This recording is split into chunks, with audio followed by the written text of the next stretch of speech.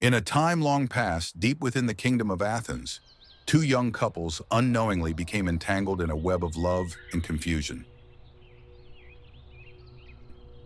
Hermia loved Lysander dearly, and Lysander cherished her just as deeply. But Hermia's father, Aegeus, had other plans. He pressured his daughter to marry Demetrius, a young man who was also being pursued by Hermia's close friend, Helena.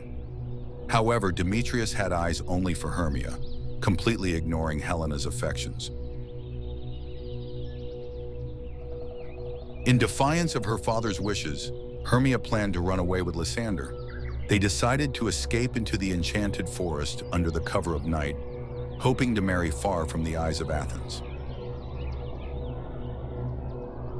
Unbeknownst to them, Demetrius followed, determined to stop them. Close behind, Helena trailed, heartbroken but unable to stay away from Demetrius. The lovers had no idea they had entered a magical forest ruled by Oberon, the king of the fairies. The forest was alive with enchantments and mystery, much of it stirred by a dispute between Oberon and his queen, Titania. To further his own plans, Oberon instructed his mischievous servant Puck to find a special flower with a magical potion. The juice from this flower could make anyone fall madly in love with the first person they saw upon waking. Demetrius, though less enthusiastic, is drawn into the mystical atmosphere of the forest, his usual cold demeanor softened by the enchanting surroundings. Suddenly, from the shadows of the towering trees, Oberon, the fairy king, makes his entrance, and the two couples were surrounded by Oberon and Puck. The king Oberon came to know about the lovers' mess-up. He decided to solve the problem of couples. Puck eagerly set off on his task, and Oberon, feeling sympathy for Helena, decided to use the flower's power to make Demetrius fall in love with her. However, Puck mistakenly applied the potion to Lysander instead. When Lysander awoke, he saw Helena and immediately fell hopelessly in love with her, leaving Hermia confused and devastated. As if things couldn't get more complicated, Puck soon enchanted Demetrius, who also fell for Helena. Now both young men were fiercely competing for Helena's love, much to her bewilderment. Hermia, once confident in Lysander's affections, was left heartbroken and angry. The forest echoed with the confusion and frustration of the four lovers as their hearts twisted in unpredictable directions. Puck, enjoying that lovers had confused. Oberon, seeing the chaos unfold, realized his mistake. He ordered Puck to correct the spells and guide the lovers deeper into the forest, where they eventually collapsed into an enchanted sleep.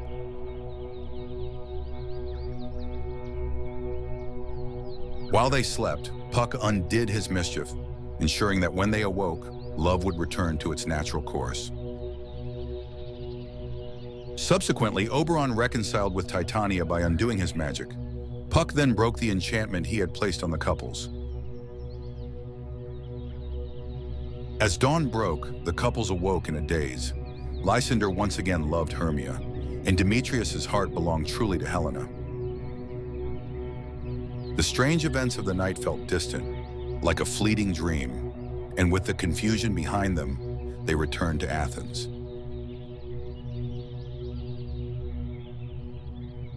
Back in the city, Aegeus gave his blessing for Hermia to marry Lysander, and Demetrius prepared to marry Helena. The city was filled with joy as both couples celebrated their weddings. And so, in the end, love triumphed over all. The lovers rejoiced, their hearts finally aligned as they embraced their future together. The mysterious forest, which had once been the site of such chaos, faded from their memories like a dream. If we shadows have offended, think but this, and all is mended, that you have but slumbered here while these visions did appear, and this weak and idle theme, no more yielding but a dream, laughs again. Gentles, do not reprehend, if you pardon we will mend. As I am an honest Puck, if we have unearned luck now to scape the serpent's tongue, we will make amends ere long, else the Puck a liar call. So good night unto you all. Give me your hands if we be friends, and Robin shall restore amends.